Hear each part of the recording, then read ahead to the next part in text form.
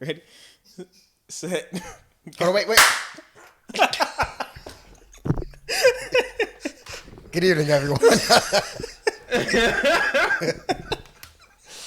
All right. And we're canceled. Already.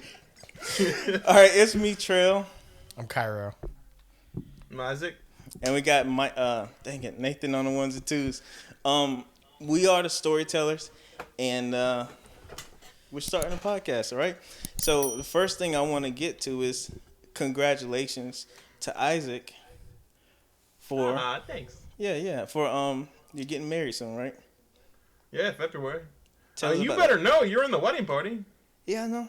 Hey, did you go with the 222 thing? Of course. So he's getting married, right? Mm-hmm. He decided to go with February 22nd, 2022. At 2:22 in the afternoon. Are you marrying a man? Afternoon. Oh, that's. I'm not gonna lie. That's actually pretty cool. I forgot there were any more days like that. It's a Tuesday, as well. Tuesday. That's stout, right? You got it. You got that. That's such a good idea. You wish you could get married on that day, right? I think I am. Just because. Just go to Vegas, right? Yeah. Yeah. Tell us about premarital life, or I should say the engagement life. Well, with getting engaged, I thought you were gonna ask about premarital counseling. You can tell us yeah, that let's too. talk about that too. No, I'm good. I can get more engaged. We just started that. No, getting engaged was like amazing and super fun. But I will say this: there's something that I feel like I knew in the back of my mind that I have to prepare for, but I wasn't aware of. Is like the amount of unsolicited advice people give you when they find out you're engaged. Yeah, I heard about that. Yeah, it's unreal. Like I'm over it so fast, and the thing that annoys me is how many people are just like, don't do it, and I'm like, people telling you not to get married. Yes. Is it because she's a bad person or because you're the bad person? Have you met her? No. No, it's because they don't like marriage. She's pretty. Because. Are these people married already? Dude, I had one guy say, I just celebrated my 40th wedding anniversary. Don't do it. And I was like, what does that say about your marriage? Can we talk about marriages? Can we talk about marriages? Yeah. Because I'm not married, and I don't think I want to get married. Why not?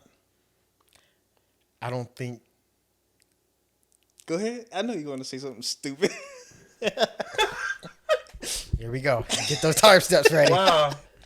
Your opinions are valid. Get those time Carol, steps ready. Your opinions are valid.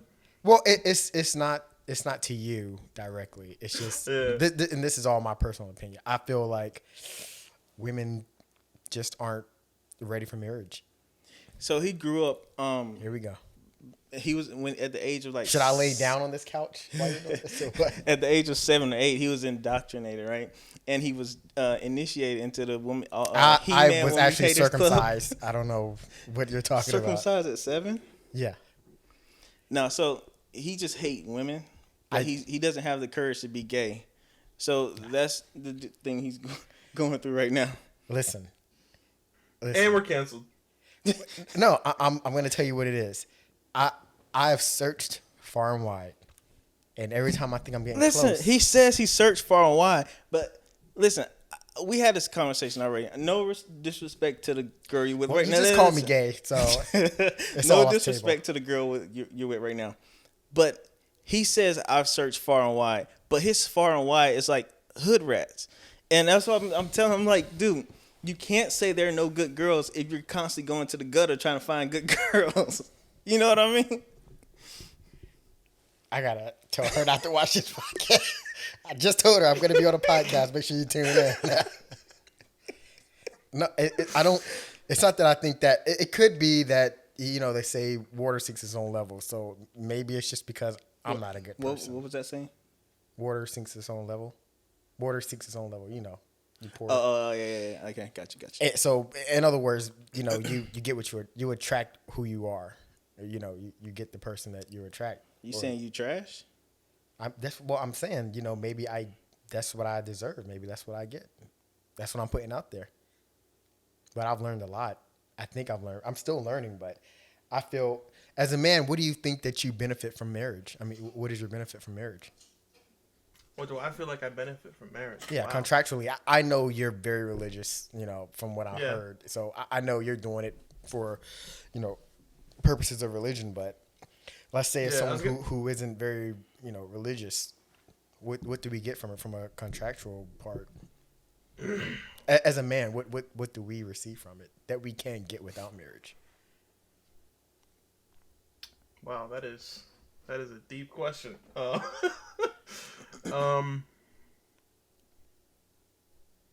mean, yeah, like you said, it's as someone who is a Christian, like we aren't having sex, and we aren't doing that until we get married. So I guess that would be like the considering I'm a guy, that's the first answer that pops into my head. But no, I mean I believe marriage is like a 3-person covenant between 2 people and God, and that it was designed to build intimacy that you don't get not in marriage. So I feel like there are things that I'm going to benefit from in marriage that I don't even know that I'm going to benefit from yet. I think, and I might be wrong when I say this, but I think like for a non-believer, someone who's not a Christian, I don't think it matters too much if they get married or not, because I feel like marriage is such a, I don't want to say like religious thing, but I feel like for marriage, it's important for people like me and Isaac because what we believe. I believe that too. It's a religious covenant, but also looking at it from the outside, I think that a lot of people get married for the complete opposite, just for like, it's a contract. What would you get from having a business partner? That to me, that makes more practical sense, but I understand both sides. I'm not a non-believer, but I'm not gonna go into a government contract over something that's in the Bible. Does that make sense? Like it's the way that it's written. If you have what do you call it when you're married, but without a marriage license? Like common law marriage. Exactly. Like, see, that makes sense because between you and your wife, you're saying, "Hey, I'm married. We're married. There's nothing else needs to be said. I'm gonna, treat you right under the eye of God." Then you have someone else who comes in who says, "Hey, well, I have this, you have that. Let's put it together." You sign the contract. I understand that too. That's why you see gay marriages. So it's like the prominent thing now. Why do you think gay people fought so hard for their rights? It's not.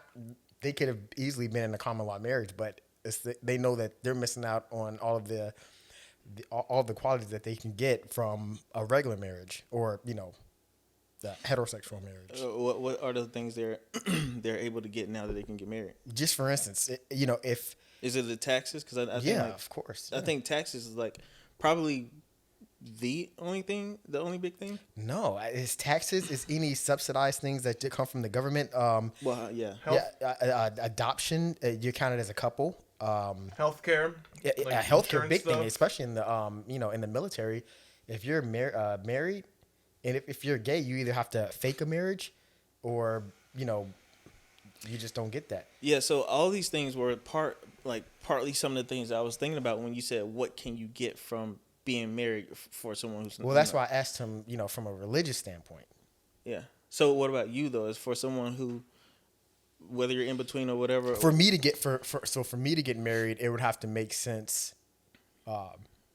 This is just me, but my opinion may not be popular, but it would be for financial reasons. As far as love and loyalty and those things, I could give a woman those same things without marriage. Yeah. The only difference is if she wakes up one day and says, you know, I'm kind of bored of this, cool, but you're not going to take half my money. I mean, that's my whole thing about it. And then it's what do I do then? Do I pray to God and say, hey, remember a couple years ago when I got married? Remember that whole thing we had? This woman's leaving me. Now what? She gets half of your stuff too? How does this work? Because it's in contract. So, in other words, prenuptial. This podcast is brought to you by the letter P. I feel like the last 5 minutes has just been like a summation to summarize. Cairo has trust issues. Yeah, Fair. I do, and I was thinking about that today. Maybe I do. Maybe I was burnt one too many times. Both metaphorically. I mean, that's fair. Experiences. I mean, experiences kind of influence how you feel about something. So let me ask you some personal questions, and we can take this out. But I want to interview you a little bit because we haven't really been formally introduced. I've met you before, but we haven't had a conversation. So is this like your first real relationship, like high school sweetheart, or? No, I've had. I mean, I dated in high school. I had a girlfriend for a couple months. I've had 2 or 3 girlfriends. This is somebody that I met in like 2014, and we just became really, really good friends over the years. She put me in the friend zone. I'll put it that way. She put me in the friend zone in 2015. I still have the receipt of her saying like, "Let's just be thanks, friends." but no thanks. Yeah, I got a lot of those too. Yep. We're different. See, you sit and wait. I'm envious. See, that's the thing. He didn't sit and wait. He worked on himself in that time, and she worked on herself as well. And then they found. Well, I wouldn't say they found each other again, but they had a conversation, and things worked out. I respect that. That's very true. Where over that time, we've talked about like, thank God she put me in the friend zone back then because neither of us were ready for this. But since then, we've both been in therapy and been on some pretty crazy journeys, and we kind of helped each other through those journeys as friends. So it was just one of those things that, like, in 2020 during the pandemic, I was living alone by myself, and it was like, I mean, that's how living alone works, but it was pretty tough mentally. So my therapist was like, you need to reach out to people, you need to talk to people. And she was one of the people that I reached out to, and it just sparked deeper conversation. We realized like we have all this like emotional intimacy that has been built off of this friendship, and then we decided to give a relationship a go, and we fell pretty fast. Have you any of you guys ever been to therapy? Therapy, like, you mean like just therapy? Just say, you know, maybe I need help. I need to go to therapy. I went to. I was having. I don't think I told you about this, Isaac, but I think you told me about it, a little bit about it. I did go to. There was just things going on in my head that I couldn't understand, and I didn't understand why my emotions were doing weird things, and I couldn't control things. And I talked to a friend, and they said maybe you should just go get checked or talk to a doctor or something. And I was like, okay, I'll try it. So I ended up going to a doctor when I was living in Maryland, and they had me, you know, we had a conversation. They checked a few things, asked me a lot of questions and things. Long story short, I walked out of the office, and the doctor told me that I was bipolar. And he prescribed me some medicine to take. I never took the medicine, took medicine. But, yeah, I mean, the doctor told me I was bipolar, so I can say that I've been diagnosed with bipolar. But have you ever done therapy? No, I've never done therapy. That's crazy. I mean, that you can't answer that question. Especially consider there's 2 of you. You still could answer that question. That's a simple question. The reason it's crazy because that's the thing. People think bipolar is like a split personality. You don't want to hear about you wrestling mania and none of that stuff. Listen, the reason I brought this up is because there could be a disconnect as far as race. There's such a negative stigma as black men about therapy. Easily. He said, well, we weren't ready, so I went to therapy. Yeah. I've gone to therapy one time only because I was trying to get some drugs. I just wanted some Zoloft or whatever they were giving. So I went to my primary care physician. I was like, I didn't. He was like, yeah, man, I wouldn't feel right prescribing you these unless you do mandatory therapy at least one time. I said, all right, set it up. Now I'll go in there and I'll talk to myself and do cartwheels and everything. And they'll take me out of jury duty for the rest of my life. And I'll get all the pills I want. It didn't work. I ended up crying like the first 10 minutes. Crying because you didn't get the pills? Yeah. No, because we were talking about things that I was finding, and it was a female. And let me ask you a question. When was this? This was 2 years ago. This is at a time when me and you were having a lot of deep conversations, and you were making you were being very introspective about a lot of different things at that time. I want to say it was I think that was after I went to therapy. It might have been right after because you were asking a lot of questions. Because I remember because she was telling me things, and I was like, "Oh my God!" I came in here with my chest poked out, like I am not gonna let this woman tell me anything. We're gonna fight. And I'm gonna walk out with those pills. But it didn't happen. I cried. Yeah. Within the first 15 minutes. And let me ask you this too, because excuse me, you never had to face those things. No, I was a late bloomer. When I say a couple years ago, I mean I'm 32 now, so in my 30s. Right, but you've never had to sit down and think those things through. No. Yeah, so in the times that I did, I was in control of the situation, and I was just self-assessing myself. But to have someone else do it, cut me like a knife. Yeah, let me ask you a question. Why do you think so many black people go through that where they don't seek help? It's because of the negative stigma. If as black men, if we tell somebody that we went through therapy, it's, oh man, you crazy, man. You must be bipolar. You mean like you just trying to get some free pills? It is. Isaac, just like that. Yeah, didn't feel right. Went to therapy, got it right. Now we're getting married. We can't do that.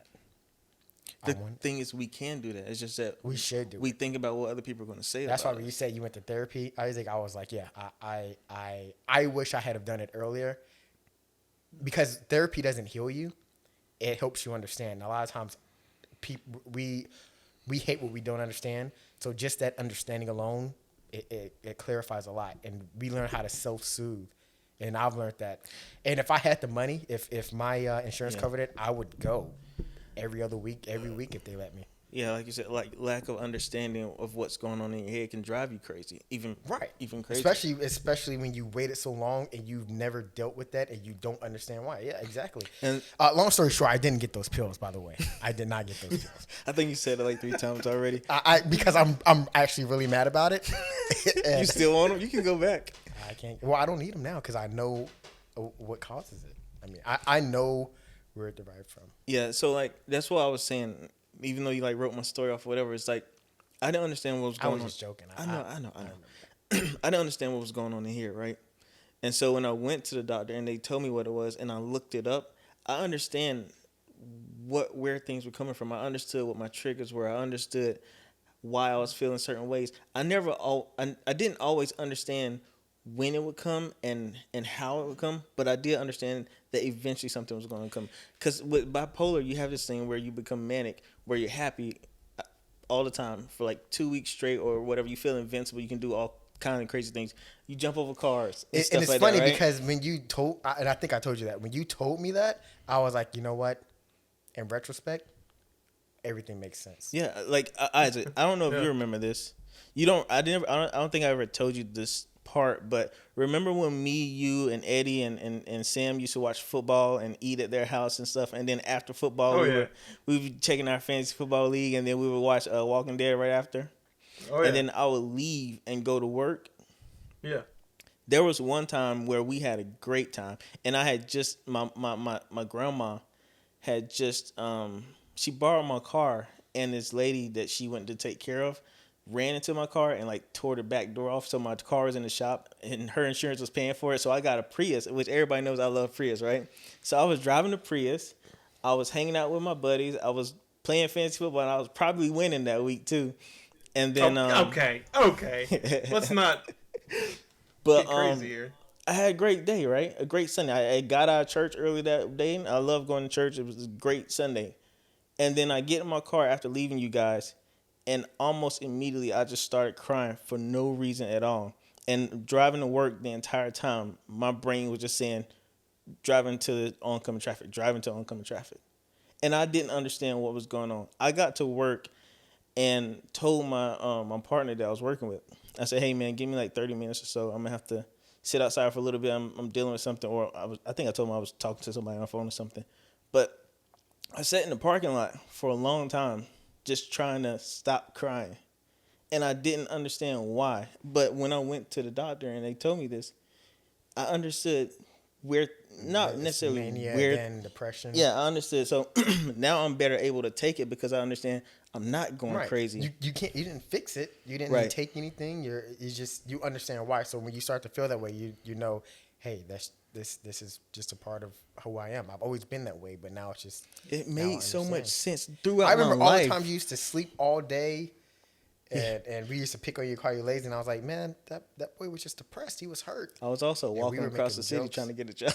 Yeah, I remember. Like, you was going through so much things that I couldn't even fathom, and I was making so many jokes. And I I lost told my you hair, that. man. Stress. Lost my hair. That's heredity, man. Shut up.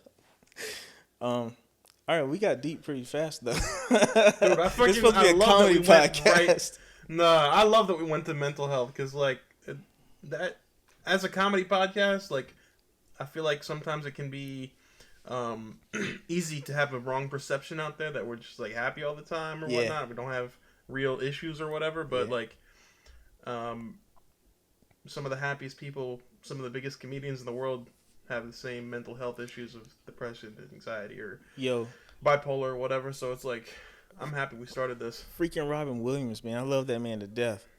And to hear him take his life was heartbreaking. It's tears of a clown. Oh, man.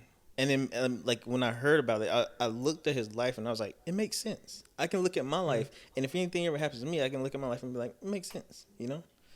And, yeah. They did, like, a documentary. Was it Mick and Morty? That's the TV show. I think that was the name of the documentary, too. Was it really? Or Nanu, something like that. Seriously. And they were talking about his life. And you can just tell, man. You know, it's funny. Robin Williams is the only comedian that ever made me cry. And what? Jack. Jack? It was a scene when they were doing the math when the teacher asked, you know, she asked the class, what do you guys want to be in 20 years? And everyone's writing down what they want to be. And he's writing down and doing the calculations of his aging. And he's like, I just want to be alive. And I was like, I need those pills. I need those pills.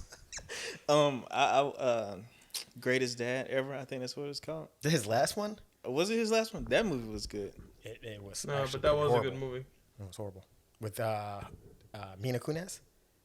Was she in there? Yeah. I know the kid from Spy Kids was in there.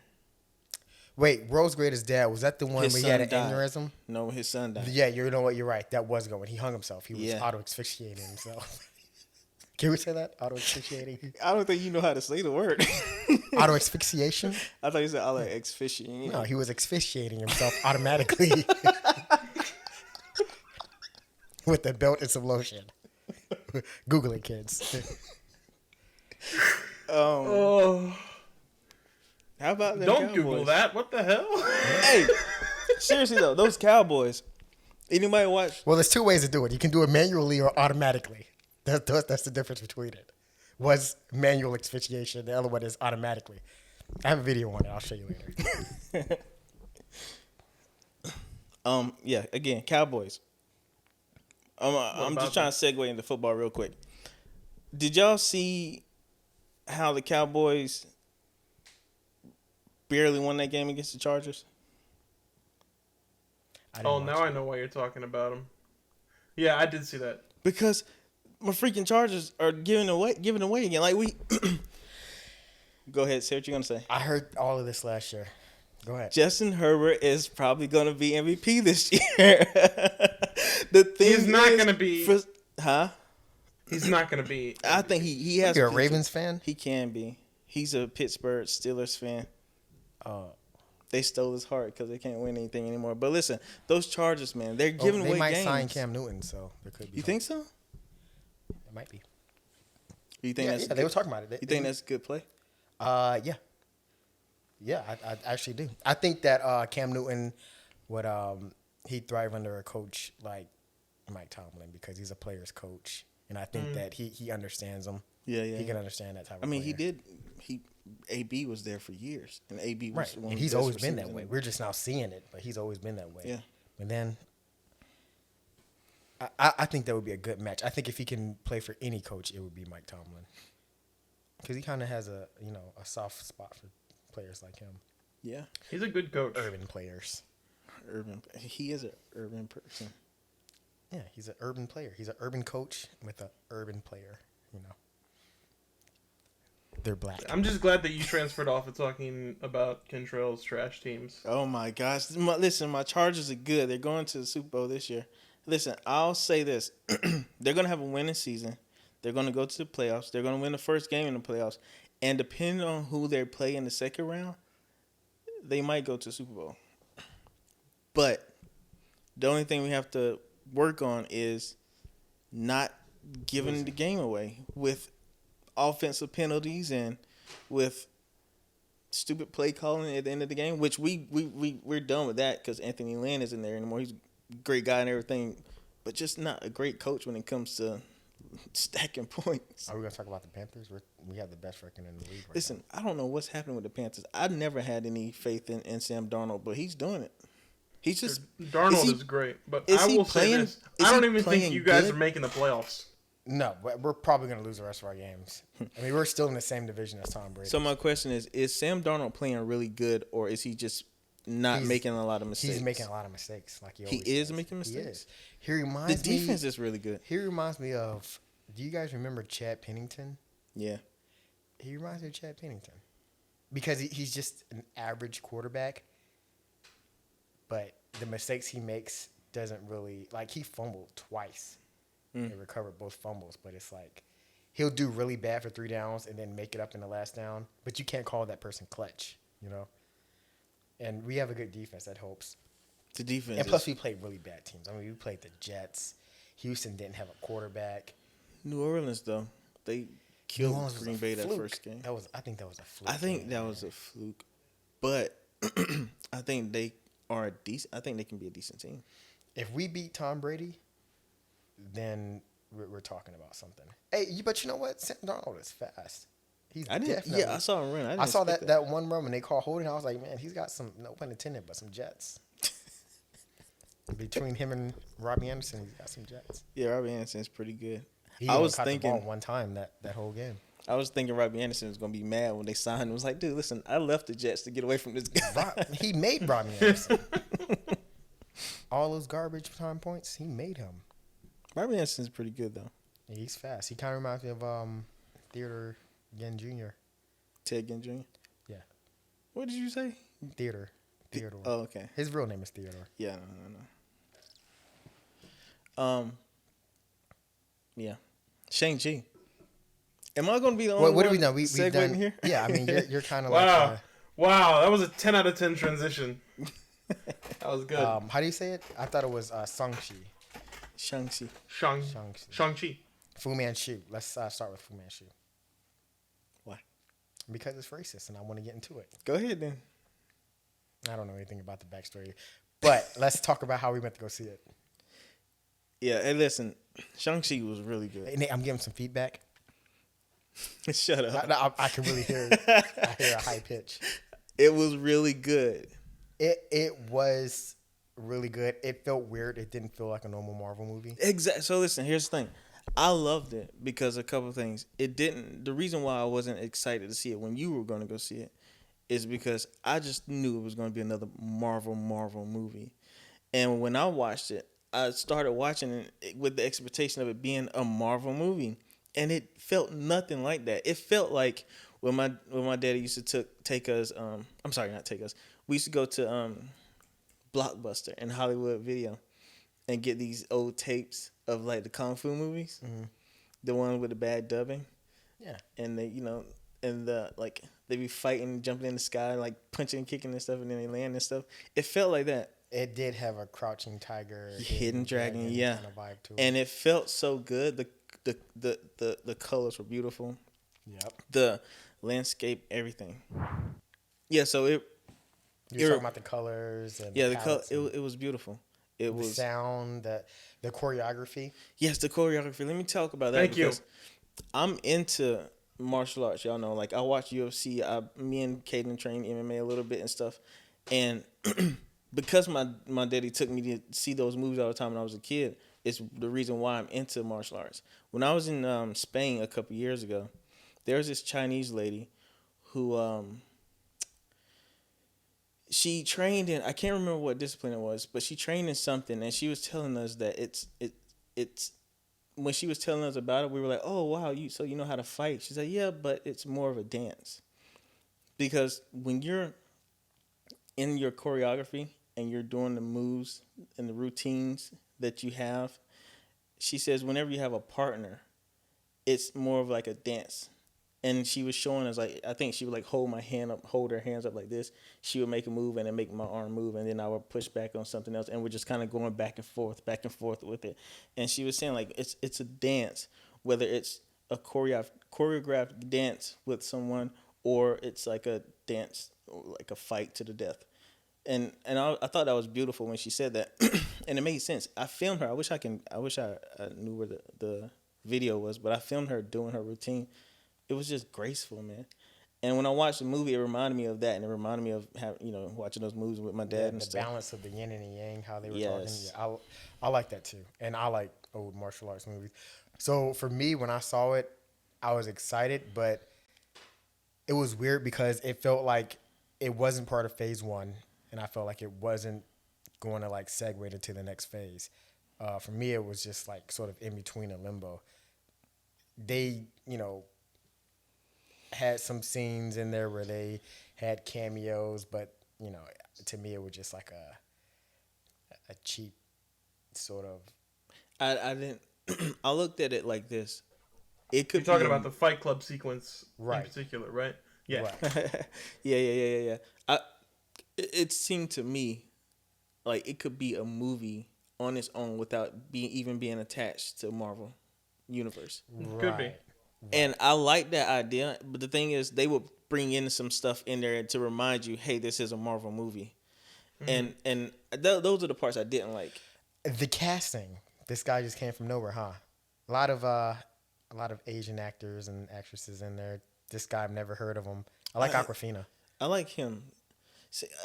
Seemingly, I like him. I watched a show he's on called Kim's Convenience. I tried to tell your brother about it. Yeah, I'm just glad your boy wasn't in there. What's his name? He's in everything. That guy who played, you know who I'm talking about. Park. What's his name? Yeah, Randall Park. Randall Park. I'm just glad he wasn't in there. I just knew he was gonna pop up at some point. But he was in like other Marvel movies.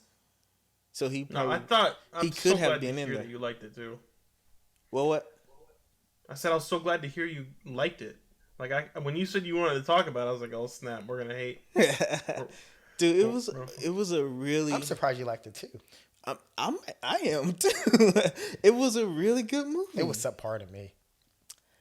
For a Marvel movie. Yeah, that's what I'm saying. For a Marvel movie, like I said, it could be a movie that's not attached to Marvel at all and be really good. I feel like they should put it right with Disney. Even with like the dragons at the end, it still could have been its own movie. I felt like a lot of the problems that I have with Marvel movies, for the most part, it didn't have, which was like, it had good fight scenes, which a lot of Marvel movies don't. It had a good soundtrack, which a lot of them I feel like are very, like, just average. You like that old 80s love ballad? Huh? What song were they playing in there? I don't know what you're talking about, but I think I know what he's talking about. In the other Marvel movies, it's more of like this grand. Yeah, rock and roll. And it's just like yeah, it's unremarkable. It just like makes no impact. Right. Yeah.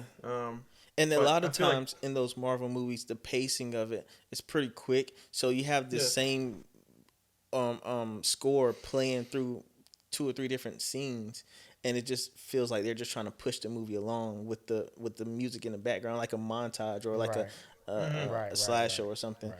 And this didn't feel like that. I also thought the villain was like really well or the villain. Like he was just a really compelling character of like his dad. I thought his dad was like a really well done character. I feel like they could have done better. Better, yeah.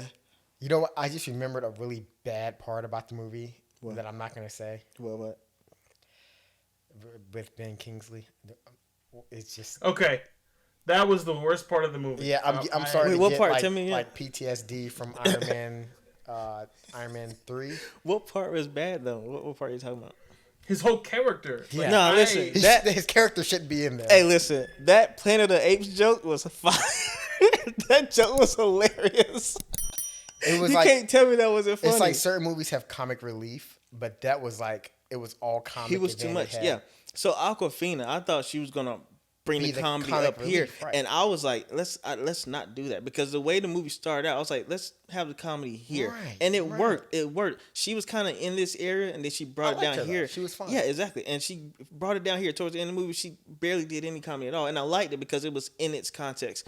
But he was a comedy relief, and he was just joke after joke after joke. You know, like funny part after funny part.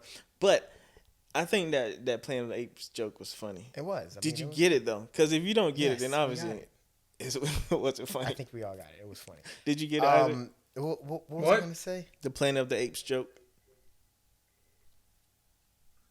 I think I remember it being funny, but I don't remember. Yeah, what it I was. Okay, don't okay. remember exactly how the joke went, but I remember it was. I was looking He around like. he was. Did anybody? Don't spoil the joke. No. It's- I have to. We're Okay. doing his accent then. No, I'm not gonna do it then. I'm not gonna do it then. Do it. What was I gonna say? Yeah, I don't like how it just seemed like it reminded me of how they did Captain Marvel. Like it was like, hey, this is also a character. Yeah. I enjoyed it because I've read all the comics, but I've never really read. I've never really even heard of. I can't think of one comic that I've read with him in it, so He it was fresh to me. He also, if you go back to the comics, this isn't really who. What's the name of the character? His father is supposed to be Fu Manchu. Yeah. He's supposed to be Death Dealer or something? Wasn't that the guy with the mask? The one that got The killed. one that trained him. I don't remember, man. It's been a long time. I tell you what, I got a new liking for Wong. Like, he's my guy now. I mean, I've always liked him, but he's definitely that dude.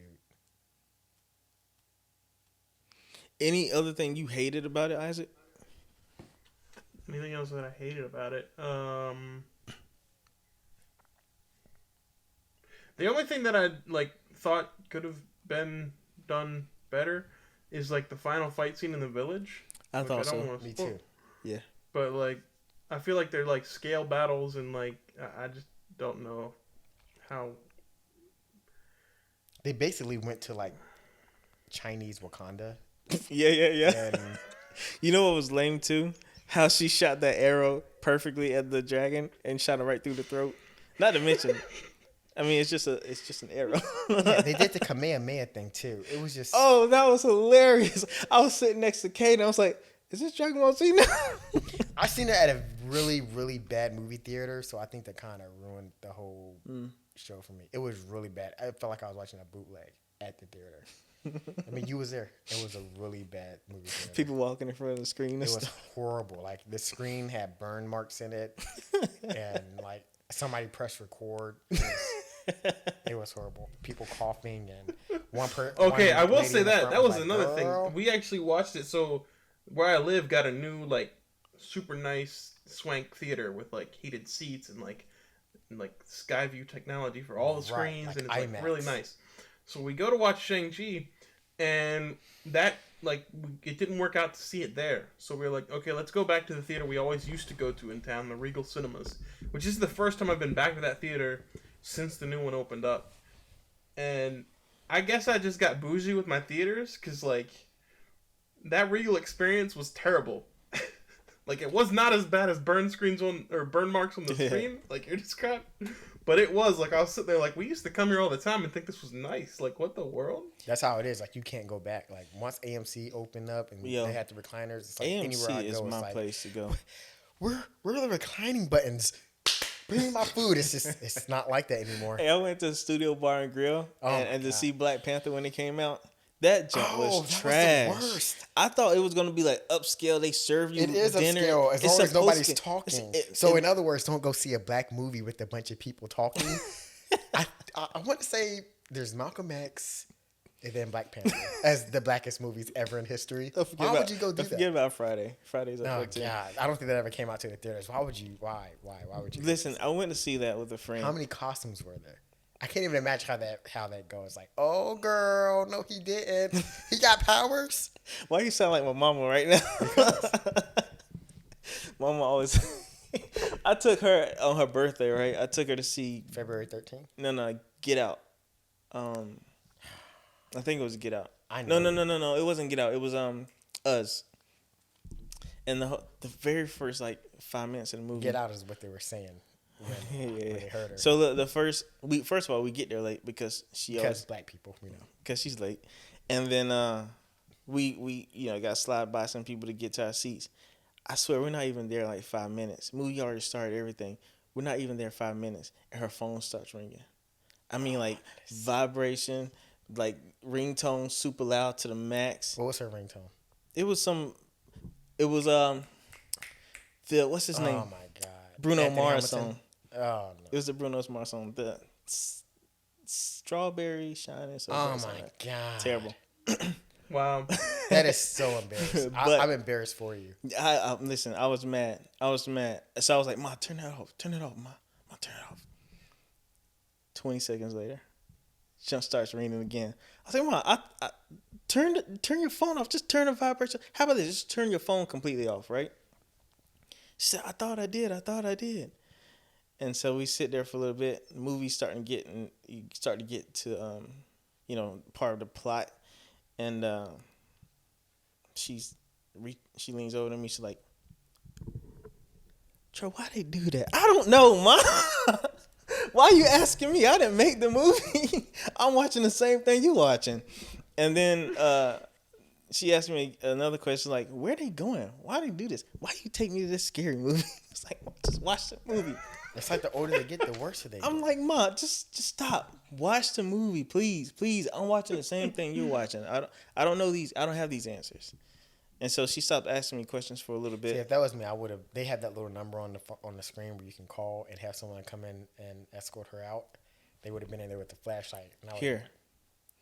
So we get to the part where you saw Us, right? Oh yeah, twice on opening night. Yeah. So we get to the part where they start, I've never seen the movie. You have? Oh yeah, you're afraid of movies like that. But no, we get Wait, what? Live on the podcast. He doesn't watch anything that's remotely scary. If it looks like it might be scary, he won't watch it. Oh no. He a little punk. Nugget. That's why I didn't see Candyman. Yeah, a little punk nugget. It was good. You saw Candyman, right? Not yet. It's good. You should watch it. But listen, we get to the part where they're at the door. The part you see in the trailers and stuff, and he comes out with the bat and stuff. And then they start running. They start playing baseball. I don't want to hear it. They scatter and run out, right? And he goes into the house and he's like, lock the doors and stuff. And then it gets to super suspenseful part. And then her phone starts ringing again. I would never. Her phone started ringing. Listen, I took the phone out of her hand, turned the junk off, and put it in my pocket. I was like, Mom, watch the movie. The only thing worse is she just answered and said, "Girl, I have no idea what's going on." But everybody, the people behind us, at that point, they were frustrated. They were like, shh. I'm like, dang, man, this is embarrassing. And I don't get embarrassed. Has she ever gone to the movies? She does, but that's just her life, man. That's how she do things. You talk so much trash about. Before we go on about Shang-Chi, I don't understand. Was Awkwafina supposed to be his love interest or? No, I don't think she was, and I like that. I like that they were just friends because. How many times have you had a movie where people were just friends? Unless it's a brother buddy, or sister. Unless it's a buddy come super bad or something like that. There's always some type of romance involved. This character is supposed to fall in love with this character by the end of the movie, or this character is supposed to save this character, then they end up falling in love, or something like that. This movie was just two friends saving the world together. You don't get that too often. And I like that You they, mean a male and female?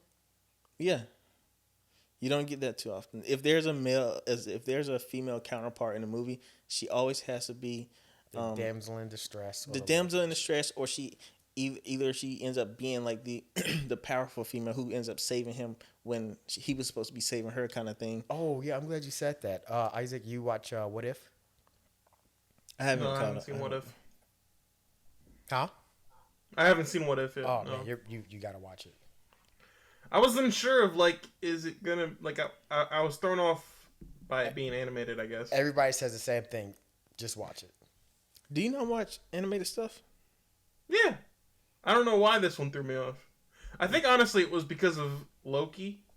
Like I was just tired of. I was just burnt out with Marvel, and Loki pissed me off royally. I've been burned out with Marvel. That's why I wasn't too excited about Shang-Chi. Shang-Chi. Yeah, I think they're gonna go have a pretty large gap. I don't. What's the next one that they're coming out with?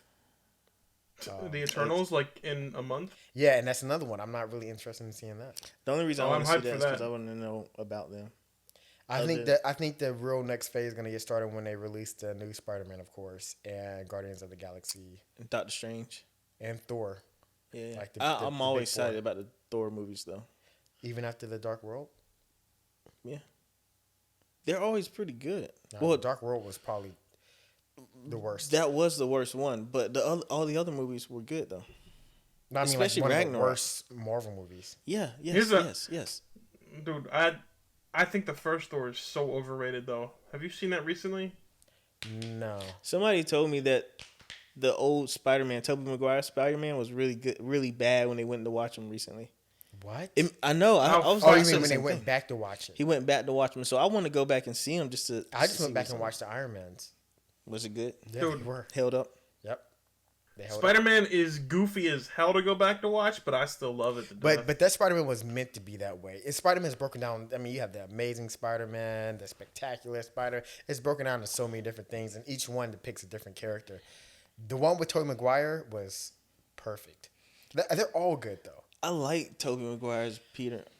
I think he yeah, had me the too. best Peter. No, No, who's the best Peter? Peter Parker. Tobey Maguire wasn't the best Peter Parker, but you have to remember when Tobey Maguire did that role, he was like 30 years old. and It wasn't like the young Peter. He was like. Thank God, I'm so tired of young Peter. We that's never my got biggest young complaint. Peter. They're getting younger. It's Toby, then Andrew, then what's his I guy? know. Tom and I Holland. hate it. yeah, I mean, to me, I feel like the younger they make them now, the You have to less grow into the role though. the less. Well, here's the thing though. What I like about Tobey Maguire is because I wasn't particularly excited about his high school life with Flash and all that stuff. What I want to know is like the stuff afterwards. What happened with him Right. and Mary Jane, and how he has. What I love about the Tobey Maguire Spider-Mans is that he like. But you can get that from any Spider-Man. You just have to grow into it. You have to grow into it. I was But gonna there- say What? that's the thing that people like talk about with Tobey Maguire being too young. He's only too young for like the first 20 minutes of that movie when he's in high school. You mean Of too the old? first one. Yeah, too old. Yeah, too old. Yeah, too old. Yeah. Right. And then after that, like It's he's about. just another young adult. It's like it's not like you have. It's like a step over becoming of age. It's like he's already come of age in a sense, but now he's learning how to become a man, and that's what Tobey Maguire went through. It's like, how do I become a superhero? How do I take care of a person? How do I look out for my aunt? How do I deal with the responsibility I have as a superhero? How do I deal with being married? How do I deal with relationships in general? But I just feel like they miss so much and they can only go so far. Look at the third movie. That it's like they had to cram everything else in it Yeah, that just to third finish movie it. was bad. But now with Okay. Tom Holland, he's still in high school. Flash is his friend. I don't know if they're gonna like add Venom to it, but you know, at some point he's gonna work for the Daily Bugle. He's gonna work with Eddie Brock. You know. This is the last one, I think. Sony doesn't have any. I think this is their last movie with Tom Holland, with Spider-Man. Is that right? Is that right, Isaac? I'm trying. I think it depends on if the cameo appearances count or not. I think. Because if this is the last one, even if the next movie is the last one, when does he become that person that Maybe they don't do it. Maybe they find a way. If they do the multiverse theory, then they can kill three birds with one stone. Because then you have Andrew Garfield, which is sort of that middle with Gwen Stacy, and then you have the older, more worn out Tobey Maguire, where he's like, "Hey kid, I've already done all this, and I can show you the ropes or the webs." But again, though, that's what I'm saying is like, what is that? How does that hurt? How does that help your case for saying that Tom Holland has time to flesh out that adult character of himself? Well, I'm just saying you just have more potential. That's all I'm saying. I like Tobey Maguire. I mean, he was. But it's potential if you don't reach the potential. That's like if we look at like a basketball. No. Listen, if you have a basketball player, right, and you look at him his rookie years, oh, this kid has potential, and then the second year, oh, he didn't get it last year, but he has potential. You're 5, 6, 7 seasons in, and you're still saying this kid has potential. Does he have potential? That's not the potential I'm talking about. But what we're saying here is like you're saying that Tom Holland has potential, right? No, okay, maybe I didn't say it right. It's just that you can do more with him. You can take the story in different ways. What I'm saying is, how can they do more with him if they're not going to be able to use him anymore? Well, I don't know about that. I mean, we don't know how that contract works because there was talks of them not being able to use him in the next one. All right, so then here we are at the third one. Right. So so even then, let's say how many more movies you give them, right? 2. How many more movies do you need? That's what I'm asking. Because but he's always Tom Holland. Cameo. Let's say they do this movie, right? Was it Homecoming? Or No Way Home. No Way Home. Like that, yeah. Let's say they do No Way Home, right? And then they do another movie with Tom Holland. What is he going to be now? Is he going to have a job, still looking like a kid at the Daily Bugle with Jonah J. Jameson? Yeah, I mean, look how they did Thor. Look how they did Banner. I mean, they're not kids though. They don't look super young. But the point I'm making is they did so much with their character. They evolved the character. With Tobey Maguire, how many times could they have done that? I think they by the third. But do you remember the third Venom? The third movie was bad, but I think they could have done better though. That doesn't mean that he was bad or that his character was bad. I'm gonna have to take umbrage with this like repeated comment that the third movie was bad. The third movie is not as bad as it gets credit for. I like it, but I think at the time we were looking at it, we were like, "Oh, that's the first time that we're seeing Venom in live potential." Action. Well, I mean, it was a lot of CGI. It was the first movie where we got to see multiple bad guys on screen at one time. Also, you have to remember too. I was gonna say, you take the Eddie Brock like Venom part of that movie out, which is the part that Sam Raimi didn't want to do anyway. Like, that movie's really good about his relationship with Harry and the Sandman. Like, that's the thing that I think those original, like, Spider-Man movies did so well, is that all these, like, Spider-Mans with Tom Holland right now are all about, like, him fitting in this universe. Yeah. Whereas the original ones were all about his relationship with other people. That's true. And, like, the lessons he learned. Like, the third one gets a bad rap, I feel like. That is true, and I joke, but the third movie was horrible. it was, I mean, Topher Grace. That was so bad. Like him being. That's another thing too, Isaac. I think we waited so long to see Venom. That's his nemesis, his arch nemesis, right? And I don't think it did justice to like the kids that were watching it. It's like, how do you get him out this? How do you get the symbiote off you? Like, do you play the theme song to that '70s show? Like, it's a really bad movie, and they're all so old. It's like you're old. You're an old guy with blonde hair, and it's like you guys are like, oh yeah, I'm gonna do this. I'm gonna do that. And I'm like, they could have done better. Better casting. And like the Venom we have now, I'm happy with them. If we had that Venom in that movie, it would have been better. If we had this Carnage in that movie, it would have been better. And also the story wasn't up to par when it comes to the first two movies. Yeah, I agree.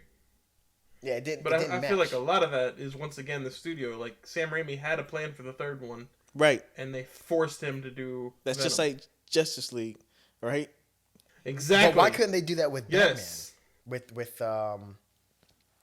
Nolan's Dark Knight? Can we talk about the DC universe, or do we need like a whole another show for this? Well, we need another show. Okay, I'll just make sure. That might be a 2-part, like 6-hour show. Yeah, just on the Snyder Cut alone. We have to do a Snyder Cut of the podcast.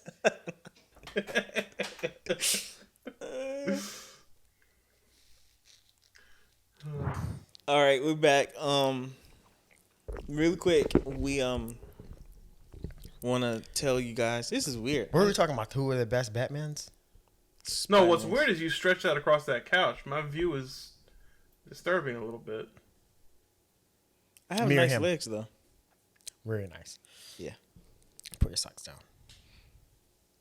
down. What were we talking about? Oh yeah, so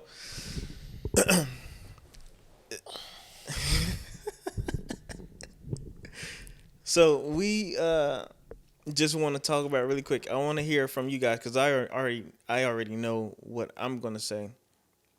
But why? I know I'm the one that asked you guys, you want to do the podcast, right? But why do you want to do a podcast, and what do you feel like you can get out of it? Who wants to go first? Just to get my opinion out and have all of our conversations that we normally have anyways. I mean, we spoke for like 4 hours a day anyways. Yeah, we did. That was definitely worthy of being on camera, but it was all not wasted, but I feel like other people could chime in and Yeah. have that buffer or even someone else to bounce ideas off of. I feel like I have conversations like that with you and Isaac and other people too. It's just that like it's a conversation that you have with people where if there's a third party watching, they will be entertained by it. Now, this episode may not have been the most entertaining, but I feel like there are going to be moments where we really get into it. And I feel like those are going to be the good ones. But anyway, yeah. So, Isaac, what about you? I just felt like Control was going to kill me if I didn't.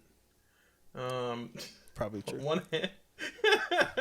No, but I mean, I've been asking Isaac to do a podcast for like what 2 years now, 3 years at least. Probably more like that. Because I've been asking. I was like, hey, let's do a podcast because we talk about movies and stuff, right? Mm-hmm. Because every time I see him, all we do is talk about movies, and we get in arguments about a particular stupid movie that he likes. About your stupid opinions. And no, but we have like fun, and like I feel like we have good conversations, and it's like everything you guys already said. Like I feel like it's just a fun thing to do, and yeah, I love having real conversations, and this so far has been great. What about you, Nathan? What you got to say? Personally, I just been around this stuff for like a few years now, being on and off on Twitch, seeing different podcasts on YouTube. So I figured this is something that I would like to try get into in the avenue with. That's pretty much why I'm here.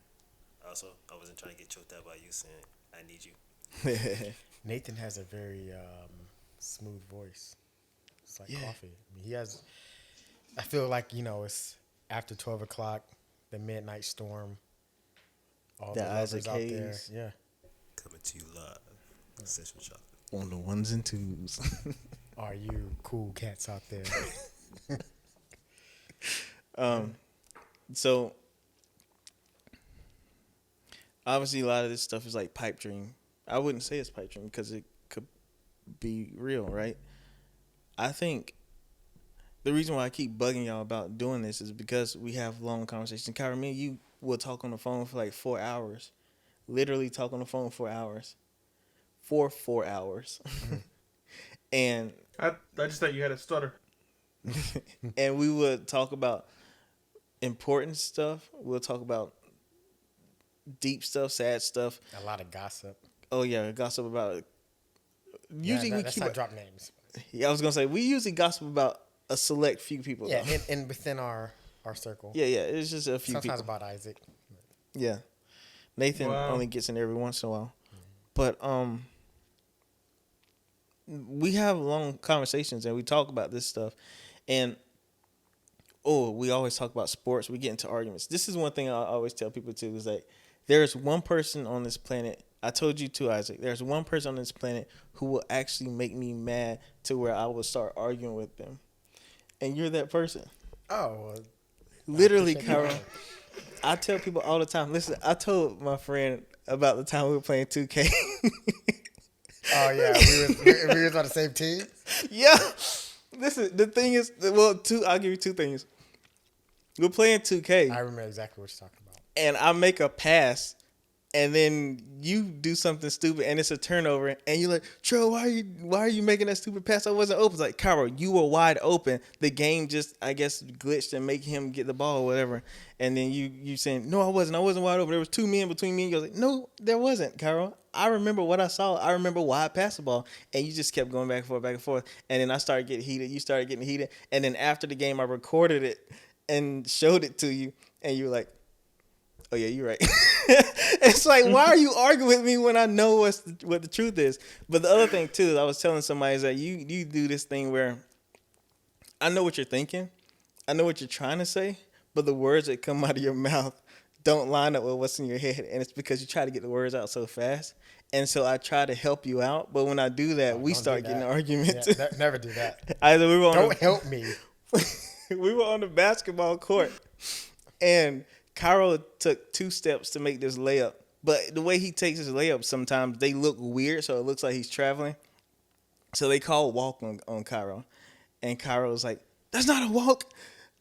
And I was like, "Yeah, I said this." I'm like, "Yeah, it's not a walk. He took 2 steps." Cairo was like, "How is that a walk? I didn't even have the ball in my hand." Cairo, yes, you did. You took the shot. What do you mean you didn't have the ball in your hand? Well, what happened is I shot it with my foot. and So I couldn't have taken the steps. he says stupid stuff like that. And I'm like, Cairo, listen, I'm on your side, but you did have the ball in your hand. And he's like, no, I didn't. I never had the ball in my hand. Cairo, you took the shot. How did you not have the ball in your hand? And he kept getting mad, and I was getting mad to the point where me and him And mind you, we were on the same team when this on happened. the same team, and we're both on the same side of the argument. But now we're arguing with each other. Needless to say, double tech, we were both thrown out. We had to go home. But that stuff happens all the time with Cairo, and it's entertaining. Like after we laugh about it, but like in the moment we don't care. We just get up here and we can't come back down. But it's good. It's brotherly love. Yeah, it's it is. But I think like things like that though can I mean, obviously like me retelling the story is not as funny as watching it. And I feel like if we can catch that on camera, that'll be entertaining. Right. But here's a big reason why I was thinking I want to do a podcast with y'all is because I told you about this, Cairo. But my thing is, if we can make this good, obviously this is our first time, but if we get this down to where we know what we're doing, we know how to do it, we do it successfully, we can, if we start making income from it, what I want from you guys is, because I care about you, is I want you to be able to quit your jobs. I want you to be able to not just quit your jobs and work on a podcast full time, but quit your jobs, work on a podcast, and have time to explore and do other things that you have passions for. Like Isaac, I know one time you said your dream job would be like to review movies and stuff. But I know that you want to be a filmmaker as well. I know you want to get into the audio finance. asphyxiation. You don't have to talk about it. We all know what my guilt Auto is. asphyxiation. 40 hours a week? 40 hours a week. 40 hours a week. But Some overtime. But I know that you have things that you want to do, and it's hard to do these things with our 9 to 5s, right? I have more freedom because I can kind of make my schedule with my jobs. But you guys, I want you guys to have that freedom so you can go pursue your passions as well. And then we can make money here and grow this thing or grow something else. Me and you were talking earlier about how we could possibly have like a podcast studio and rent that out to people who want to do podcasts. Yeah, I definitely want to do that. That's something that's doable, where we don't have to have a full-time job and we can make money from that and then go pursue other ventures. But yeah, I want to be able to grow something with you guys and have you guys pour into something and I pour into it and it grow, and then we can also go our own ways, do our other things. I also think what I want to do with this podcast is reach out to local talent. So music artists and filmmakers and people in the area who want to do something or have something that they want to share. We can put their talent on display and give them a platform to show what they can do, right? And by doing that, we can network. So we can network to figure out how we can grow a podcast. Network to figure out how to get into music. Network to figure out how to, maybe this person knows someone that we can talk to about monetizing or making a film or something like that, right? And if we can successfully do these things, I feel like we're doing all of this, and something's not going to be right in the end. Like somebody forgot to press a button. I do feel like, did you press somebody's record? not going to have audio. It's all recording on all 3 cameras. I feel like. Did you just turn yourself off to say that? He turned himself on to say that. I feel like Nathan's gonna screw the pooch. I know he did. Did you hear that voice? Wait, did I hear right that Nathan's turned on right now? So he turned the world on when he did that. Anyway, so yeah, I just want to be able to be a part of helping you guys do something more. And I'm not saying that we're going to do this. I'm not going to say you guys are going to be millionaires or anything. But if that's a possibility, I want to be a part of it. And I'll never give you your credit. I don't care. All I care about is that you get a chance to get out and do the things that you have a heart for doing. And see, this is why we argue so much, because you have to be so good, pure-hearted, and is this you're selfish. You know that? Yeah. A tad bit narcissistic. Listen, I thought about this because we have conversations, right? Mm-hmm. And I realize a lot of your point of views, your worldview, if you will, come from a selfish perspective. It's not selfish. It's just me first. Me first. It's not that no one else. If I'm on an airplane and there's one you parachute, you have a point. I can guarantee you I'll float it down. I think you have a point. You were joking, but I think you have a little bit of a point there. But I still think like you just, for you, everything has to work in favor for you. And if it doesn't work in favor for you, then it shouldn't work at all. Or it. No. How's that go? I feel like if it works in favor for me, then that's the route I'm going to take. If not, then I'm not going to take that right at all. Now, I don't think that's selfish. I think that's fair. Well, no, I get with it. I'm with that. Well, what I'm saying is like, how about this? If it doesn't work in favor for you, but it works in favor for somebody else, I won't involve myself. Exactly. Why not? Because what do I get out of it? That's my point. Why do you have to get something out of everything? Because it's my life.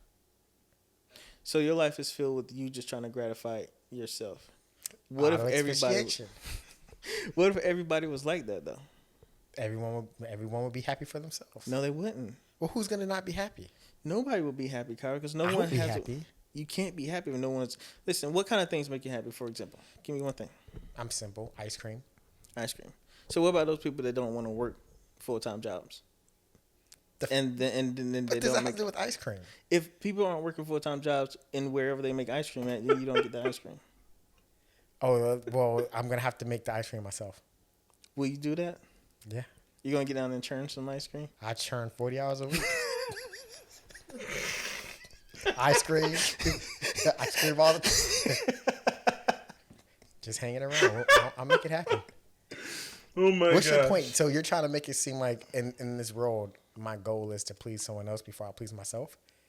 Have you not been listening to me this whole time? I'm always going to please myself first. I know that. That's what I'm saying is maybe you will find more success if you think about how you can help other people. And so you're saying I can achieve more success by helping other people. What I'm saying is this. Remember what you said earlier about the girls that you have. Maybe you attract something that you're putting out. Right. If you're putting out this quote unquote selfish type of lifestyle, maybe that's the kind of people you're attracting. And so if you are more selfless, helping people even at the expense of yourself and encouraging people and things like that, maybe you will attract those kind of people. It's not that I don't encourage people. I mean, you're paying me to be a bad guy. I know that. I'm just to the nth degree is what I'm saying. Like, if I'm making it look. What do you get out of encouraging people? What? I said, what do you get out of encouraging people, though? Well, I want to see other people do well. Yeah. I mean, that's not a But question. But what do you get out of that? Me or him? Personally, I get Cairo. nothing from it. But also, it doesn't take much from me. There's no effort. And I understand what I'm saying as I'm going and I'm, helping your point. But I get nothing from it, really. I mean, I guess it makes me feel good to make someone else feel good. But I guess if it's little to no effort on my end, then I don't have a problem with it. Yeah, you're not willing to go the extra mile, if you will. Right. If someone is on the street and they're like, hey, man, I need to ride down the street so I can get a beer. Can you help me out? I'm like, that's different. I don't want you in my car, but I'll give you $1 and you walk the rest of the way. Yeah. If it was me personally, I would have had my gun on me. And I would have been like, that's the I don't thing. think so, brother. Right afterwards, I was like, I text Ri'Yadh right after. I was like, I gotta get me one. Yeah. But yeah, I didn't. Well, you I didn't can't have get anything. one because No, you're I can. bipolar. I can. How? If you're diagnosed, You can get a doctor to allow you to get one, especially with Seems a no little- incidents. I say this is America. You can get a gun with bipolar. Yeah, I mean that's about it. But if I have any say in it, I'll make sure that you don't get it. If you need references or if I get find out that. that you're trying to get it, I'm going to call up there and leave an anonymous tip. And I wouldn't be mad at you if you did that either. Good, because that's my role on this earth is to make sure that you. But how much effort would it take you to do It would take a lot. So what we proved here is that I'm willing to go out of my way to hold people down and not lift them up. Be the devil's advocate, and that's fine. I am okay with that. And earlier, the analogy I made about the parachute, there's only one parachute because I made sure there's only one. We had a surplus. He went through but the they're all effort going down. to they're, make sure they're all going down. To make sure empty. nobody else could jump out of the plane with the Because parachute. someone has to tell the story, and it's gonna be me. Can I It's do not. my shameless plug? You got a point. Yeah. So, So, really quick, explain what a shameless plug is. all right. So the shameless plug is gonna be what we do at the end of the show. It's just something that we're gonna talk about. It's gonna be whatever's on our mind that week, something that we've seen, something that we've always been interested in, and we want to, give it awareness to other people. For instance, mine, I've been seeing a lot of stuff about Sylvester Stallone. And it's completely random, but this is the whole purpose of it. I've been seeing clips on YouTube every once in a while of Rambo, Judge Dredd. I want to watch Judge Dredd. I saw a clip, and it's really cheesy, and I just found out that it was a comic, and I love comics. And I've actually seen Judge Dredd, never knew it was a comic. So I'm going to make it like my highest priority tomorrow because I have nothing else to do other than make a couple of phone calls to make sure that you can't get taken care of. And I'm going to download it and I'm going to find whichever way I can watch it. And I'm going to watch Judge Dredd and I'm going to do a movie review on it right here. Are you gonna read it? Am I going to, if I can find the comic. We went to Orlando Studios and I was actually looking for some comic books for you and Wash.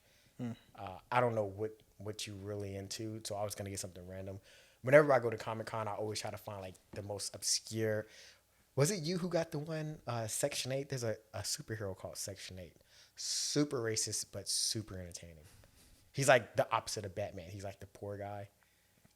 And I think he's like a frog person or something like that. He's from like the slums. And his superpowers is like food stamps or something. Like it's really bad, but it's Food really stamps? Yeah, it's really entertaining. But yeah, Judge Dredd. I want to go back and I want to watch it. Not the horrible. What's the guy's name? Carl Urban. Yeah, Carl. Yeah, no. Sylvester. That was bad. That was really bad. Yeah, his gun was cool though. Hey, remember what's the name? Murder, Death, Kill.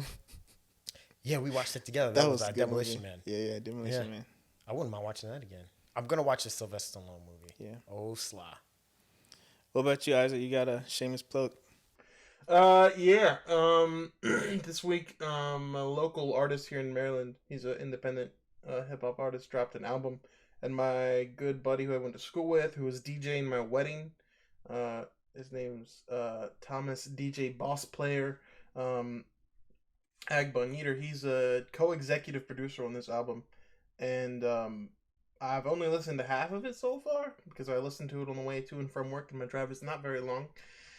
So I'm only like halfway through it so far, but it's so good and like so unique. And yeah, I just wanted to drop a plug for him. It's the artist is Born Eye, and the album is called In This Moment. It's his first hip hop album, but it's so good. Is it like Christian rap? No. It's hardcore rap. It's not hardcore, but like, yeah, no, it's not. It's not like Christian rap. Who would you compare him to? That's a good question. Okay, so this is gonna sound like super high praise, but it's really just because I feel like he's got a very like experimental, like unique sound. I'm gonna compare him to Childish Gambino. No, you can't do that. No. No. I knew you were gonna have that reaction. You Like can't do that. His music sounds different, but like I'm just talking about the way he approaches The art. the art. Yeah. You know how I feel about Gambino, man. I like him. How do you I feel about I him? feel like you overrate him so much, man. Why you say that? I mean, you was like, if I could see anybody Yeah. dead or alive, I would go see Gambino Yeah, live. that's not because I think he's the best rapper ever. Or Just anything. because you like him personally. Yeah, I have a personal love for him Affinity, yeah, because when I listened to his music when he first started making music, the things he were talking about, the things that I related to, and so because of that, that's the reason why I like him so much. And then I see him in like Community and movies, and then like he says things like, for example, that one song he was like, Did I put you on Community? I think you did. Nice. Yeah. But he said that one song he was like for all my fans saying that I'm about to blow, give me 6 months so you can say I told you so. I was telling y'all about him before he blew up, and then sure enough 6 months later he started blowing up and everybody's on him. And like things like that, I love that. And then also he was talking about Han Solo. Not Han Solo, but Lando Calrissian. When he was a kid, I think his mom or his dad bought him a Lando Calrissian toy, and he said, "Mama, one day I'm going to grow up and I'm going to play him in a movie." This man's 30-something years old and played Lando Calrissian in the Han Solo movie. Right? He had a campaign called Donald for Spider-Man years ago, before anyone knew who he was. I remember that. And sure enough, he ended up being in the Spider-Man movie and voicing Spider-Man. Did he? I know he was. He voiced Miles Morales in one of the. I think it was the TV show or the something. Ultimate Spider-Man. It I was think something. one of the animated. Yeah, the Ultimate one was like the kind of 3D one. It's kind of like What If. Yeah. And But, then he was the uncle of Miles Morales. Yeah, that was dope, right? In I the didn't movie, like that. They should have just went ahead and just let they him be. should have done it, but it was a cool little cameo there. It was. I respect that. But anyway, the stuff he was talking about in his early music about what people would say about him and how people felt and how he felt and the things that he wanted to do and his approach to it all, it was just like, dude, you're doing the stuff that I want to do. You're doing the stuff that I talk about. You're making the things that He's I like want the to make. poor man's Jamie Foxx. Unpopular opinion, but that's what I say. Have you seen Weirdo? You say poor man. Or the poor man's. He's like the Wish version, the great value version of Jamie Foxx. I think not in music. He makes better music. I think Jamie Foxx is a better comedian. And if you ask me, who do you think is a better actor? between Jamie Foxx and him. you know Jamie Foxx has an Emmy, right? I know I was asking you, you think he's a better actor, right? Yeah. I agree. So the other thing is, who's a better writer? I definitely Gambino. Right. So it's like 2-2. Writing and Wait, stand-up. who said Writing. what was it so far? Acting, writing, music, and comedy. Can we not give them a tie in music? Because Jamie Foxx is also a Grammy winner. And I was gonna say the For only one thing I'd song? give Fox a win for in that category is maybe acting. that's it. You think his stand up is better? Like Well, Weirdo the and I Might Need stand-up, Security? his Jamie Foxx stand up is definitely way better. Okay, yeah, I'll give you So that too. acting and stand up is Jamie Foxx. Writing and music, Bino. Okay, if you're doing stand up only, yeah, but I was thinking more like comedic actor. Have you seen the Jamie Foxx show? Have you seen Horrible Bosses? Okay. Yeah, I've seen Horrible Bosses. Listen, yeah, I think he has to be in that too. Yeah. Okay, but I'm just thinking like Community alone. Yeah, Community compared to the Jamie Foxx show. That's what I'm looking at. That's a good point. What would you watch before, Community or Jamie Foxx show? Jamie Foxx. I think so too. And I don't quick give humor. I don't give him credit for 30 Rock. I mean, that's one of the greatest shows ever, but I can't give him credit. he wrote on it, but Okay, okay. I can give you that, but Alright. okay. In music, I mean, he raps and Jamie sings. And he sings too. Have Do you you not think heard he's a Red better Bone? singer? I'm not saying he's a better singer. He makes better Musician. music. He what instruments does he play again? He None. plays no. He He plays does none. play multiple music. He does. What instrument does Gambino play? I don't know. I don't know all the music he plays. I don't know all the music that all. I'm not talking the about instruments. on a. I don't know all the instruments Jamie that Foxx Masego plays either, but can Masego read plays. music and play by ear.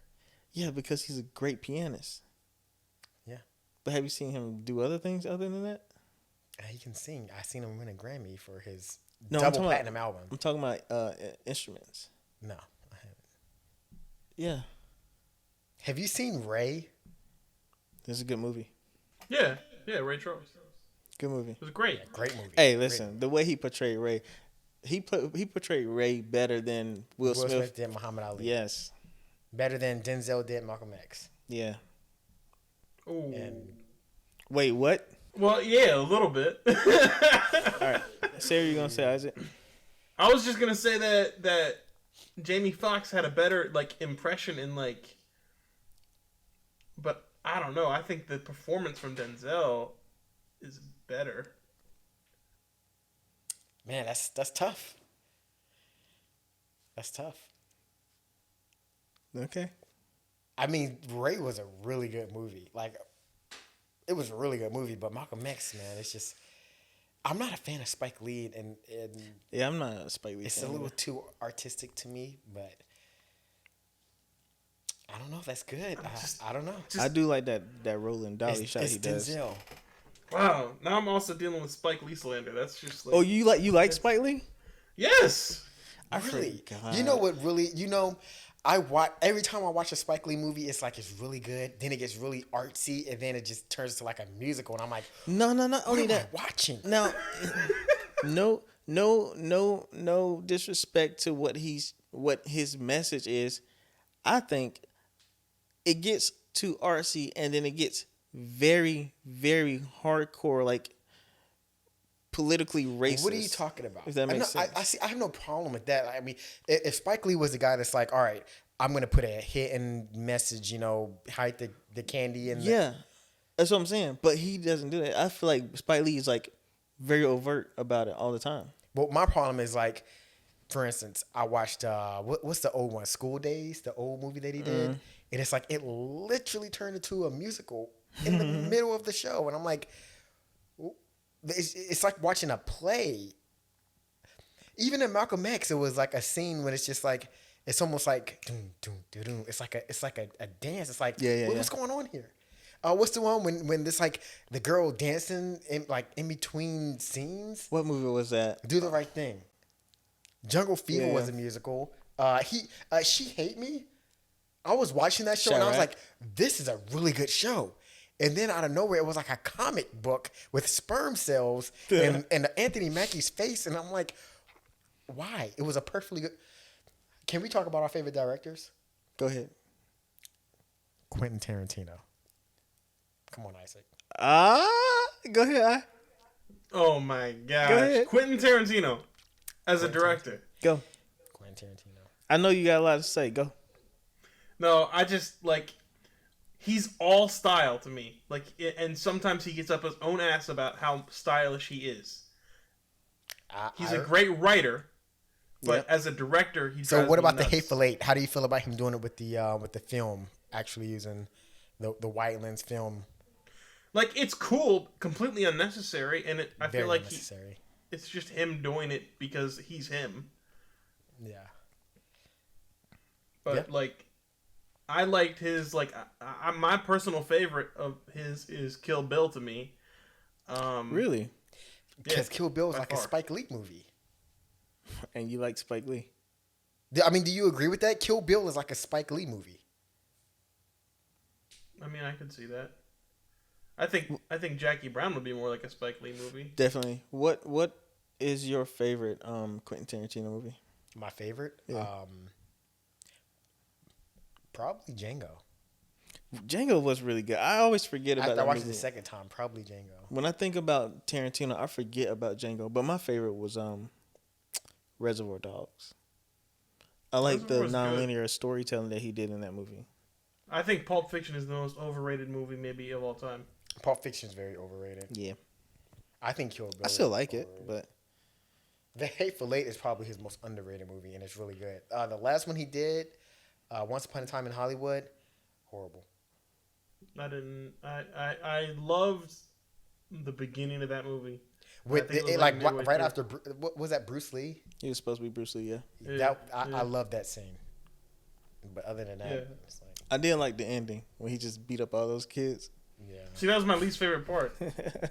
I just thought it was entertaining, like because the entire movie, well, most of the movie was pretty slow, and I felt like I love the dialogue. He's great at dialogue. And That's Glorious one thing. Bastards. Yeah, that's one thing I love about Tarantino that I want to learn how to do is how to fit so much dialogue in a movie and not make it feel stale.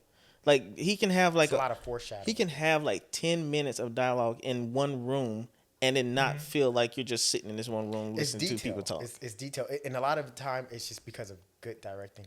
Good Yeah, acting. but also like the conversations aren't necessarily story driven either. The- It's just it's- about random stuff a lot of times. But a lot of the time, it's the actors that make the scene. That's true. What's his name? Christopher Waltz. Christopher Waltz. Heck Christoph yeah. Waltz. And in Glorious Bastards, the scene where he's at the beginning when he's in the house and he's looking for the Jewish people, and Yeah. the scene that he's having when he's talking, it's just a lot. It's repetitive, but it's a good thing. I'm thinking about like the Pulp Fiction scene where they're in the car talking about the Ri'Yadh with cheese, and one of my favorite parts of the movie is like when Samuel Jackson was like, it's like, did you where does blood come from? He was like, I dried my hands on there. He said, I dried my hands with the same towel. Didn't let no doggone maxi pad when I got finished with it. That was funny, but he's really good at putting the dialogue in there and not make it feel stale. And because it's explaining the story. Not all the of it. Hateful Eight, man, is Not all of so it. much. It's talking. It's just all talk. It is. When I'm watching, I'm just like, man, this. Hateful Eight did something great where it felt like you were in, like when they were riding in the. You felt like you was a third person. Yeah, you were a part of the. Yeah, it was the group. interactive. Yeah, I told Ri'Yadh the same thing when we was watching. I was like, you know what? This is like a movie about. This is like Guess Who. Yeah, it feels like you went on that ride with them to that place, and then you were in that room with And them then where you people were got out getting with shot them, and right? stuff. And Yeah. yeah. And you're trying to figure it out too. Yeah. I want to see a good movie like that, a good Guess Who movie. I thought like that a murder mystery. I thought Orient, what was it? Murder on the Orient Express. Yeah, I thought that was gonna be like a Guess Who. but I it did wasn't. too. That's the one with Pirates of the Caribbean. no Wait, who was in that movie? Daisy Ridley. Obi-Wan. What's his name? Who? Ewan McGregor. Obi-Wan. Ewan McGregor. No, Obi-Wan Kenobi. Yeah. Taken. What's his name? Oh. Ewan McGregor isn't. Oh, I'm thinking Kenobi. Yeah. Liam Liam Neeson's. Yeah. Liam Neeson's. That was that's the movie. I was like, oh, this is like who done it on a train? Like Knives Out. even Adam Sandler did one like that. Knives Out was close to Guess Who, wasn't it? That was pretty good. Well, that was really Knives good. Out. You didn't see that? I thought I saw We got it too. What? No, yeah, I saw One Knives Out several times. Oh, I thought you said you didn't see it. No, yeah, I said it was good. So your We got, favorite I director? don't even know how we got here. Can because your favorite director and your favorite actor. my favorite director? Yeah, Actor. You didn't say that at first. I'm asking him. He just went on this tangent about Actually, you did. We were doing the same as plugs, and you went on a tangent. I was gonna say favorite actor currently working is Ethan Hawke, probably. You still love that guy? what's a good movie that Ethan Hawke played? I like Daybreakers. That was pretty good. I think it was Training Day? called Daybreakers. What? Training Day. Yeah. Yeah, you didn't sound too confident. What were you asking? He is in Training Day. I'm saying that Training Day was a good movie. Name some good movies he's been in. There's another movie that I just watched him in that he was pretty good. I can't remember. If you say it, I'll probably remember. I mean, well, yeah, Training Day. But I liked Boyhood. Boyhood's great. The Before trilogy. All three of the Before trilogy. I don't know if you've seen this yet, Trell. I know I've talked to you about it, but Predestination is great. Nah, jeez, what was the recent one that he was in that was spectacular? I as just well? saw a movie with him. He was in it. He was in the television miniseries The Good Lord Bird as John Brown. That was excellent. Those are all. Or Cutthroat City. Have you seen Cutthroat City? I've heard of that. Oh, you know what? That's what it is. I haven't seen Cutthroat City, but my brother was telling me to watch it. That's what it was. Yeah. And I was like, I know this guy. Yeah, that's really good. Isaac, what about your favorite director? Dude, the director is hard because, like, I don't know, man. Spielberg to me is always like one of my first answers, just because like he was the first director that I loved. Huh? It's an easy one to go with, right? Yeah, and also like he was the one that like I feel like was the first director that I noticed and started like watching movies just because he made them. If that makes sense, like so, yeah. It's tough to not say him. He really made you distinguish like the art. Yeah, like he gave me like the appreciation for movie making itself. So I have a hard time saying someone other than him. I think there are directors who are more stylistic now that I appreciate more, like Denis Villeneuve. Control. If you say M. Night Shyamalan, I'm walking. No, I'm not an M. Night. No. I do like M. Night. I know you're nuts, but that's fine. I understand that he has some misses. He'll have a hit and miss, so I understand that. But I do like his hits. That's all I'm saying. Okay, I can respect that. But I like. I don't know, because it changes depending on like storytelling and dialogue and stylist. Like for example, I like J.J. Abrams, and it's because he plays with. He has his TED talk about the mystery box, and he does this in his storytelling where he doesn't allow you to always fully answer the questions that you have when you watch it, or he just waits until the very end to give you what you want, and it's effective. I think a lot of people hate it because it's like, oh, you're just drawing this out, whatever. I think it's effective, and I think the storytelling is pretty good, and I love his lens flare. I know a lot of people hate that too, and I love it. But I think his movies are beautiful too. But I like J.J. Abrams. There are other directors I can't think of right now that I really like, but it just really changed. There are movies, like there's this movie called I think it's called Cashback or Paycheck. Payback? I think it's Cashback. That movie was gorgeous. And I can't remember who the director is or who the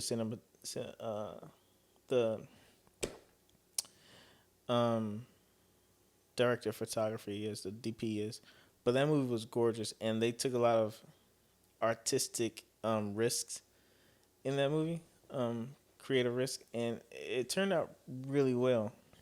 I thought that movie was beautiful. The storytelling could have been better, but yeah. Anyway, I like different directors for different reasons, and yeah, I can't really pick a favorite. Wow, so you made us pick one. I didn't make you do anything. I just asked. Cairo asked the question. You want to do your shameless plug? Hey, to bring it full circle back to Knives Out, I just looked and Ethan Hawke got cast in the second one. Oh yeah, I can't. I do want to see that when that comes out. I'm gonna see it. Yeah, I think it's gonna be on Netflix. Yeah, if Spike Lee directs it, we got a trifecta here. So my shameless plug. I actually have two. The first one is there's an app. There's this I have this friend at work. Well, she was working with us, and she introduced me to it. And it's called Letterboxd. Have you heard of that, Isaac? Yeah. Letterboxd? Letterboxd. And it's letter BOXD. And it's an app where you can, when you watch a movie, you can make a list of, like a watch list, and you can check them off or whatever. You can put in what day you watched them and stuff like that. But you can leave a review. And it's like a social media thing for reviews and stuff. Almost like a internet movie database? No. Completely different. So like, for example, if you have a movie if you went and see Shang-Chi, right? Mm-hmm. you can mark it off your list on the app. Say that you watched it on this date, whatever. Leave your 3 stars, 4 stars, 5 stars. Leave a review that you want to write in there, whatever. All of your friends who are following you can read your review. They can interact with it. They can like it. They can send Like you an internet movie database? No. No, Do you do that on IMDb? I do. Okay. So it's like Yelp for movies. It's like Goodreads for movies. And anyway, so I like that app, and I've been using that to keep track of my movies that I want to watch, the movies I have seen, and I'm just going through my history of like, oh, I forgot that I watched this movie. I forgot that I watched that movie when I was 10 or so. And so you can make like little lists of the movies that you know, like a little, like I have a list, I think, I don't remember the name of it, but I have a list where I put all the movies that I watched when I was a kid in my grandma's living room, because that's when I started getting into movies. It's just cool. But I like that app. That's pretty cool. I left a review for Shang-Chi on there. So that's my first one. And then my second one is, you know about this one already, but I was on TikTok the other day, right? Isaac, do you know anything about drill music? About what? Drill music? Drill music? Yeah. I don't think so. No. So there's a specific type of music, hip hop music, right? And it's called drill music. And have you heard of Pop Smoke? I don't think so. Nah. So Pop Smoke he's what's it called? What kind of drill is it? New York drill, I think, right? It's called New York drill, and Pop Smoke's from New York, and so he was really popular, and he made this song called Dior, and everybody knew about it. And he died, I think, last year or the beginning of this year, one of them. But that song just like blew up, right? And so a lot of other artists are making drill music almost like that sound kind of like it. And there's this guy on TikTok that used a sample of Celine Dion, and it ends up being like a remix, or he used a sample and like it sounded like a drill song, and it was really good. And I left a comment on there, and I was like, Celine Dior, right? And it got so many comments. So many comments and so many likes. And he ended up naming the song after my comment. Now he's gonna leave you his TikTok and tell you to go follow him. A true shameless plug. By the way, That's Pop what it's Smoke called. is like 50 Cent if he didn't get rich and he died trying. You can't do that. I mean, it's basically he looks like 50. I think his name is actually Curtis Jackson. You can't do that. You can't. Yeah, I can. To die trying though, Cairo. You can't do that. Anyway, this kid, his TikTok is called I Am Tresor. I don't know what that means, but it's TRESORR. And that's Can't on. you just like put a link in the bio? Yeah, we can. But anyway, the song is called Celine Dior, and if you want to go listen to it, you can. I thought it sounded pretty good. I just got a snippet, so I didn't hear the rest of the lyrics. Celine Dior is like Madonna if she didn't get hooked on Celine Dion, you mean? Her name is Celine Dion. Yeah, I meant to say that. Yeah. So he can just edit it out at the end. Do the Pop Smoke thing too. But anyway, yeah. So those are my 2 shameless plugs. All right, next week I get 2. Yeah. All right. Are you gonna clap us out? No, I don't have to. But that's how y'all feel about this. I feel great. Yeah, you like it? I'm like immediately going to look up drill music. Yeah, it's organic. Uh-oh. He's gonna come back next next week time he comes with a red braids. bandana. He's gonna have the. He's gonna be doing the dance. Stay far away from Chicago drill. Oh yeah, if you Brooklyn drill, Chicago. Well, Why do they call it drill?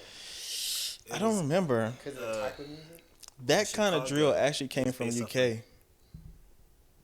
Yeah. Chicago really though, but No, it came from UK. They use it though. yeah, it came from UK, but it got popular in America because of Chief Keef and them, and they were using it to basically diss each other's. Well, I'm gang sorry. sets, whatever. Yeah, that drill did. I'm talking about the Brooklyn style drill. That was specifically from UK. They sound different. Yeah, it sounds different, but the reason why they started calling their drill music because Chicago His had it voice first. is just like perfect for this sort of thing, right? Are you talking in the mic, by the way? Can we hear you in the mic? Like the Midas touch. I mean, you want me to talk this close? All right, say what you're saying. But it got popular in New York because gangs from Chicago went to New York, and that's what basically all this stuff is. That's why when you hear Pop Smoke, he say "woo." Yeah, It's basically I know the that. version of that. I know all this gang stuff. I know So this gang That's stuff. all it is.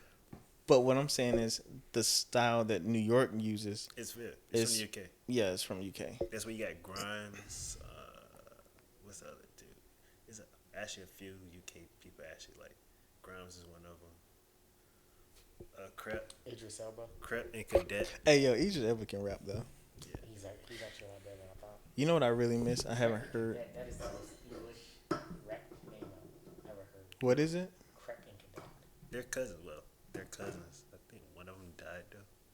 So Yeah, man, it seems like that type of music is like prone to. yeah. Mm. Boy, Did you say oi? I did. You know I say that all the time. Why? It's just say when I say I. All right. That's all we got for you guys tonight. So, we don't have a proper outro yet. So maybe Isaac, what do you have planned for the weekend? I'm going to see a fight tomorrow. I asked Isaac.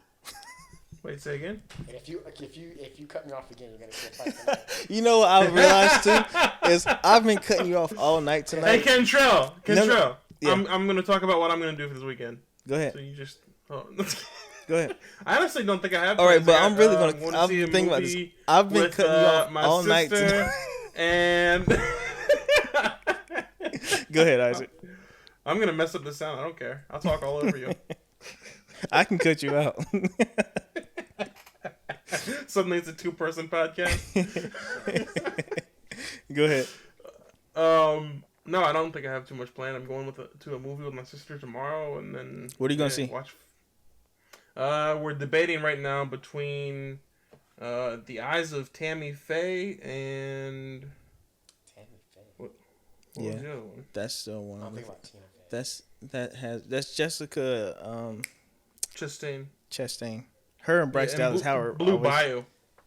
Blue Bayou is the other option, Um, which that is the one I'm leaning towards. But Isaac, really quick. I want to ask y'all this. My favorite podcast is Flagrant 2, right? And the main host on there is Andrew Schultz. They have a show in DC in October. Do you want to go? Is Charlamagne the God gonna be there? in I don't think so. October, In October. it very much depends on what's going on and what day it is. I think it's a 20-something. That doesn't help at all because it's not specific. It's a Saturday, I think. They have Friday and Saturday, so we can pick between. Gotcha. Well, let me know. I will see what I can do. You want to do that? Nah, I'm not a fan of Andrew Schultz. Don't think he's funny. I think hope- he's super overrated. You really? I do. I honestly do. You really? I hope he hears this. I hope one day he hears Oh no, this. we're definitely. Oh, taking he gonna kill you. He's gonna kill you with the jokes. You wasn't a fan of him even on Guy Code? Brilliant idiots. I like Charlamagne the God. Okay, I'm not gonna say that because he might hear this one day. You see, I'm not afraid to say what needs to be said. I don't think. I think. I'm just not a fan. Not a travel Hater, scene not a fan. hater. You're just not a fan. Yeah, I don't hate him. You're at all. indifferent. He's Indifferent. funny. You're Yeah, indifferent. I think he's funny. Yeah, I think he's hilarious. Hilarious. See, that's where I draw the line. That's why I say you overrate him. You overrate people. You No, do no, that the no. same But thing with Donald Glover. but you like Charlamagne the God. You think he's funnier than Andrew Schultz? No, I think Andrew Schultz is more of a comedian. Charlamagne the God. Well, that's what I'm talking about. I think he's funny.